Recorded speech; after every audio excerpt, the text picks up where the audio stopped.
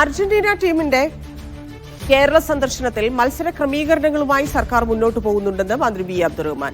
Team വരുമെന്ന അറിയിപ്പ് നേരത്തെ ലഭിച്ചിരുന്നതാണ്. ടീം സന്ദർശനം ആഫ്രിക്കയിലേക്ക് മാറ്റിയെന്ന പ്രചാരണത്തെക്കുറിച്ച് സർക്കാരിനൊന്നും അറിയില്ല. മറ്റു കാര്യങ്ങൾ സ്പോൺസറോട് ചോദിക്കണമെന്നും മന്ത്രി പറഞ്ഞു.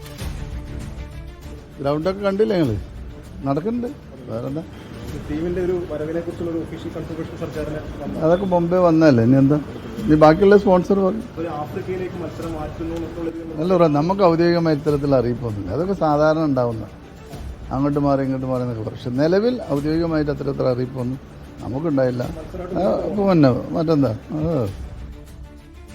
ലിഡിയ ജേക്കബ് ചേരുന്നു. ലിഡിയ, എന്താണ് ഇതുമായി ബന്ധപ്പെട്ട് അർജന്റീന ടീം കേരളത്തിലേക്ക് എത്തുന്നതുമായി ബന്ധപ്പെട്ട് ഇപ്പോൾ ലഭിക്കുന്ന മന്ത്രി നൽകുന്ന വിവരങ്ങൾ?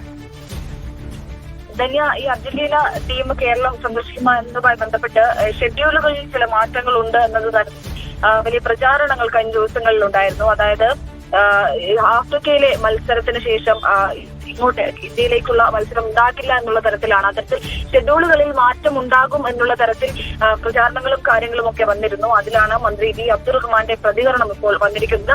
അത്തരം കാര്യങ്ങളൊന്നും തന്നെ അറിയില്ല. ഇതുവരെയായിട്ടും ഔദ്യോഗികമായിട്ടുള്ള അറിയിപ്പുകളോ കാര്യങ്ങളോ ഒന്നും തന്നെ സർക്കാരിന് ലഭിച്ചിട്ടില്ല എന്നുള്ളതാണ്.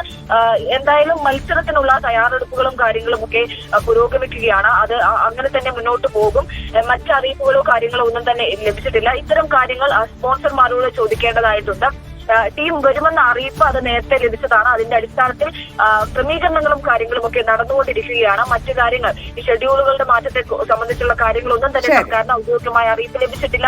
അത്തരം കാര്യങ്ങളെ കുറിച്ച് അറിയില്ല എന്നുള്ളതാണ്. ഇങ്ങനെയുള്ള ഒരു അവസരം വരുമ്പോൾ ഇത്തരത്തിലുള്ള പ്രചാരണങ്ങൾ സ്വാഭാവികമാണ് എന്നുമാണ് മന്ത്രിയുടെ പ്രതികരണം. ശരി ലിഡിയ.